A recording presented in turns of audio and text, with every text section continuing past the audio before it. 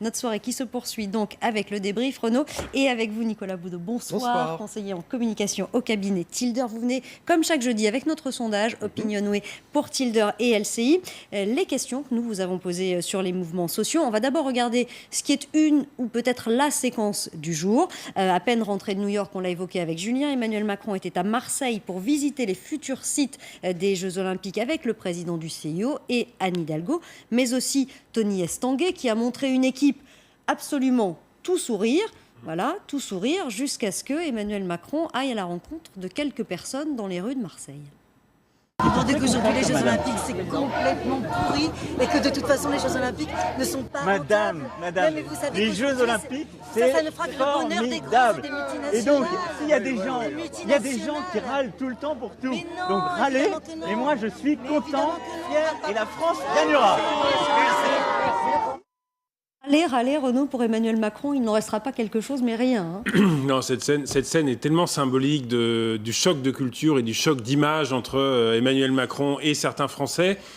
Là, sans bien sûr personnaliser, il est face aux grincheux, à ceux qui grincent, à ceux qui râlent, à ceux qui sont toujours pessimistes, à ceux qui trouvent que ça ne va pas bien. Et on a les JO, ah oui, mais les JO, c'est pourri, ce sont des multinationales. Très français finalement. Exactement, tout ça est très français. Et puis peut-être, on ne sait pas, mais peut-être que cette dame qui interpelle Emmanuel Macron eh bien, est antilibérale, est anticapitaliste, considère qu'effectivement les multinationales ont trop de place. C'est peut-être une insoumise, tiens, une insoumise, puisque le dialogue en ce moment, il est entre Emmanuel Macron et les insoumis. On le verra samedi avec la grande manifestation. Le dialogue ou l'affrontement même. Oui, effectivement, l'affrontement, vous avez raison, Hélène. Et donc on se retrouve là avec le président qui est dans son rôle et qui, lui, effectivement, en fait, il y a tout un passage, on a montré que la fin, il dialogue pendant 2-3 minutes, il explique ses problèmes, et puis à la fin, quand même, il s'agace un peu, et puis il dit, bon, allez, soyons un peu d'optimisme. Mais ça, c'est du Macron tout craché. Voilà, on voulait vous montrer évidemment cette séquence. Autre grogne à plusieurs voix cette fois, c'est celle qui s'est fait entendre dans la rue aujourd'hui encore contre la loi travail. L'actualité sociale, ce sont évidemment les manifs du jour. Alors on va regarder d'abord les chiffres de la mobilisation. On a, parce que la CGT n'a donné des chiffres que pour Paris, donc selon la CGT, 55 000 personnes à Paris, 16 000 manifestants selon la police. On voit que c'est en baisse par rapport à la semaine dernière. Le ministère de l'Intérieur a donné un chiffre national, 132 000 personnes sur l'ensemble du territoire, là aussi. Donc c'est en baisse, mais alors a priori pas de quoi inquiéter le gouvernement, sauf que les manifestants, eux, ne perdent pas espoir non plus. Écoutez. Il ne suffira pas de la journée d'aujourd'hui. On va le faire reculer à condition qu'un mouvement social plus ample encore s'installe et s'installe dans la durée. Parce qu'on a parfaitement conscience que le gouvernement ne va pas céder aussi facilement que ça. Donc il faut une mobilisation ample, unitaire, durable, qui permettra de le faire reculer. Alors, on va le faire reculer. Une des questions que nous avons posées, Nicolas, c'est, selon vous, le gouvernement doit-il renoncer à sa réforme du Code du travail? On va regarder les réponses. 52% pour le oui, 48% pour le non. C'est très proche. Oui, c'est très proche. On est quasiment dans la zone d'incertitude, mais on est quand même du côté du oui, ce qui est une vraie surprise. Ce résultat, quelques mois après la prise de fonction d'un nouveau président de la République, justement, qui avait fait de cette réforme l'alpha et l'oméga du début de son quinquennat. Et alors que l'on pose cette question, nonobstant le petit delta entre les résultats, eh bien, une majorité de Français considère déjà qu'il faudrait reculer sur cette réforme du Code du travail. Et ça montre qu'il y a déjà un hiatus au sein de l'opinion publique entre les dirigeants d'entreprise qui tous considèrent que cette réforme est absolument nécessaire et puis une autre partie de l'opinion publique, quand on regarde le détail du sondage, les salariés et les membres de la fonction publique qui ne sont pas concernés pourtant par la réforme, qui considèrent vraiment... Qui seront dans la rue le 10 octobre, les absolument, mais qu'il faut déjà revenir en arrière. C'est donc un drôle de signal pour le gouvernement qui pourtant avait pris le temps de discuter, de négocier tout l'été. On pensait que ce serait une réforme sans difficulté et là, ce résultat vient un peu contredire cette vision que l'on avait de la réforme facile du Code du travail. Vous n'êtes pas forcément la même lecture, Renaud. Je ne suis pas d'accord avec Nicolas, mais c'est le débat. Il y a débat ce soir. Non, je considère que, au contraire, l'écart, le faible écart, 52%, je dirais seulement des Français sont pour un retrait de cette réforme du Code du travail. On sait qu'en France, lorsqu'on veut réformer le marché du travail, ça fait des décennies qu'il y a en général 2 tiers des Français qui sont contre une réforme du marché du travail. Et d'ailleurs, le même institut Opinionway, il y a un an, au moment de la loi El Khomri, avait posé exactement cette même question.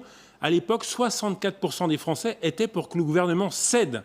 Là, on est à 52%, 12 points. Oui, mais on était en fin de quinquennat et là en début de quinquennat. Et c'est toute la différence.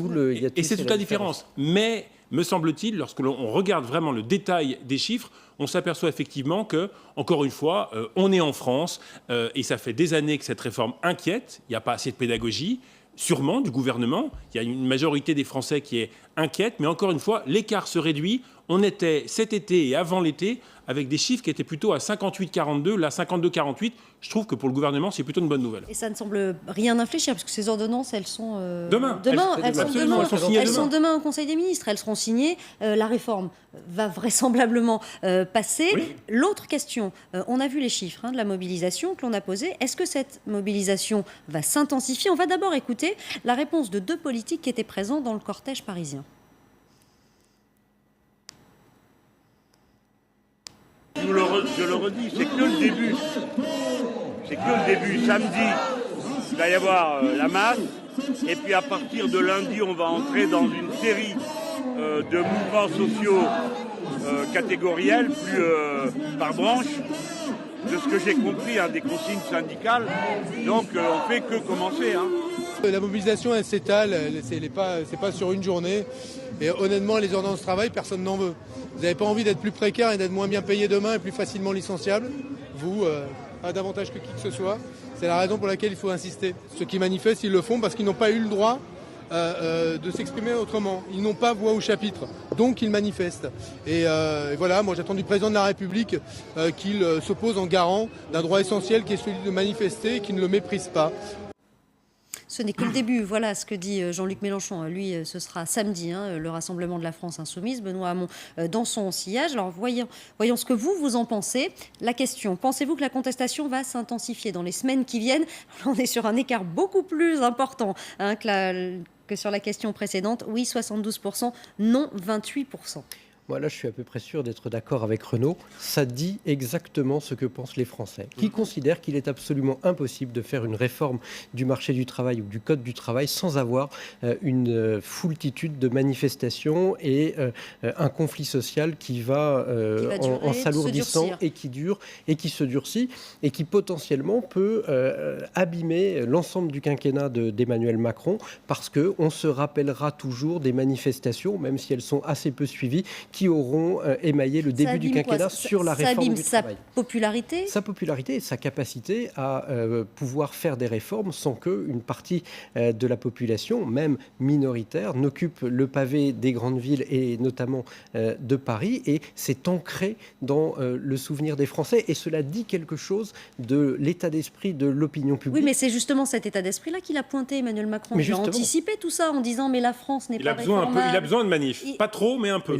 C'est l'exacte illustration de ses propos. La France n'est pas réformable, les Français n'aiment pas le changement, mais il faut leur expliquer. C'est ce que lui fait. Alors on a passé cette séquence sur les JO à Marseille, mais il y en avait une autre qui portait justement sur ces questions-là. Et le président de la République répond. Et ça prouve aussi, j'imagine, de son point de vue, mais regardez, voilà, c'est exactement ce que je vous disais, mais moi je vais le faire. Mais le président de la République porte un discours, depuis qu'il a été élu et pendant la campagne, d'optimisme sur la capacité de la France à se réformer, à aller de l'avant. Et les Français sont encore sur un modèle peut-être différent et un peu ancien et plus pessimiste. Et donc sur des modèles classiques de temps long où une réforme sociale est nécessairement suivie de grève. Ça dit quelque chose de notre pays. Il ne suffit pas d'un discours politique d'un président de la République nouvellement élu pour que d'un seul coup l'état d'esprit et les mentalités changent. Cette fois entièrement, non pas du tout. Cette fois entièrement d'accord avec Nicolas, entièrement d'accord, rien à redire. Il y a un décalage effectivement entre la campagne de Macron, optimisme, baisse du chômage, France First, si je peux me permettre, France Great Again, avec le chômage qui diminuerait progressivement. Et puis, il ne faut pas oublier qu'on est encore en crise politique, on est encore en crise sociale. Emmanuel Macron n'a été élu qu'avec un petit socle au premier tour. Et donc, la crise politique et la crise sociale, elle est encore là. C'est ce qui donne ces chiffres. C'est pour ça qu'Emmanuel Macron et le gouvernement ont besoin des résultats très rapides. Parce que si ça met 2 ans et demi avant que ces réformes portent leurs fruits, ça sera très long. Dernière chose, quand on réforme aussi vite et quand on transforme, pardon, on doit plus dire réforme. Quand on essaie de transformer aussi vite le pays, il ne faut pas faire de gaffe, il ne faut pas faire de couac, il ne faut pas faire de boulettes. C'est de la conduite sur glace. Or, Emmanuel Macron, pour l'instant, on l'a vu cet été, on le voit encore à la rentrée, ça va un peu mieux, mais encore, tout n'est pas parfait. Il ne faut pas de couac entre les différents ministres. Il faut bien expliquer. Il ne faut pas faire une grande réforme du logement en commençant en juillet en disant qu'on va baisser les APL pour les plus défavorisés. Bref, il faut arrêter de se tirer des balles dans le pied, comme en disant que certains sont fainéants. Justement, fainéant, c'était encore dans les cortèges, ça fait partie de ces choses qui restent en mémoire. Il y a eu ce tweet notamment de Pierre Jacquemin, qui était l'ancien conseiller de Myriam El Khomri, qui est parti parce qu'il n'était pas d'accord. Regardez, les fainéants ont fait des petits. Bon, alors depuis, on a eu les chiffres, ils sont moins bons. Est-ce qu'on croit encore à un grand soir social ? De leur point de vue, probablement. En tout cas, comme c'est un fonds de commerce, j'espère qu'ils y croient un minimum. Maintenant, on voit bien que les chiffres ne sont pas là et que fondamentalement l'opinion publique pense, parce que c'est ancré quasiment dans l'inconscient collectif français que une réforme sociale est suivie de grèves et de manifestations. Là, franchement, il faisait pas mauvais aujourd'hui sur le territoire de France. S'il y avait dû y avoir une grande manifestation et une remise en cause de la réforme, il y aurait eu beaucoup plus de monde dans les rues. Donc franchement, pas d'inquiétude du côté du gouvernement, mais du côté syndical. Parce que du côté politique, il y a la grande manif de samedi aussi, on verra. Mais ça, on verra bien. Par contre, vis-à-vis de l'opinion publique, il y a une grande différence entre les discours de l'exécutif aujourd'hui et puis encore ce que pensent les Français, ce que pense l'opinion publique. Ils n'avancent pas au même rythme et on n'est pas encore dans le temps de l'optimisme macronien pour tous. Il nous reste peu de temps, Renaud, mais je voudrais quand même, parce qu'on en a beaucoup parlé hier avec le feuilleton, c'est une actu qui n'est pas terminée. On parle évidemment du Front National, c'est finalement Florian Philippot qui a écrit la dernière ligne de son histoire. On disait hier soir sur le plateau, pour interrogation, il y a eu le divorce. Sauf que ça y est, c'est fait, ils ont divorcé. C'est Philippot qui a envoyé la procédure finalement. Robert Ménard était l'invité de David Pujadas. Est-ce que pour autant cela règle la crise au FN ? On va écouter sa réponse. J'ai juste un tout petit peu de mémoire. Je me rappelle d'un débat entre les deux tours où j'en suis sorti catastrophé, comme plein de gens, un peu honteux. C'est sa ligne politique, ce qu'elle disait qui n'est pas crédible. Quand moi je l'ai écoutée ce soir-là, je me suis dit, elle n'est pas en état de gouverner ce pays, comme plein de gens. Et donc je me dis, qu'est-ce qui se passe ? C'est pas encore une fois seulement un mauvais passage, c'est une ligne politique. Attendez, sur l'euro, c'était pitoyable sur l'euro.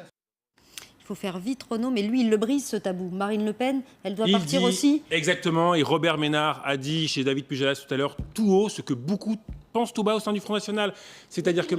Mais bien sûr, parce qu'il y a le chef, il y a la chef. Elle a raté son débat présidentiel, c'est 2 heures de débat face à Emmanuel Macron, et ça, on s'en remet extrêmement difficilement.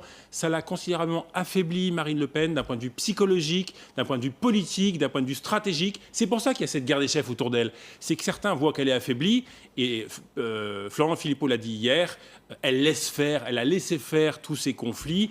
Il est parti ce matin parce qu'il considère qu'il n'a plus d'avenir au sein du Front National, mais c'est l'affaiblissement de Marine Le Pen qui provoque, bien sûr, toute cette crise très importante au sein du Front National, qui est une crise de ligne, mais avant tout, il faut le dire, une crise d'ego, une crise d'homme, parce que Florian Philippot, pourquoi il s'en va ? C'est parce que ça faisait un an et demi que beaucoup, ce qu'il appelle il voulait sa peau.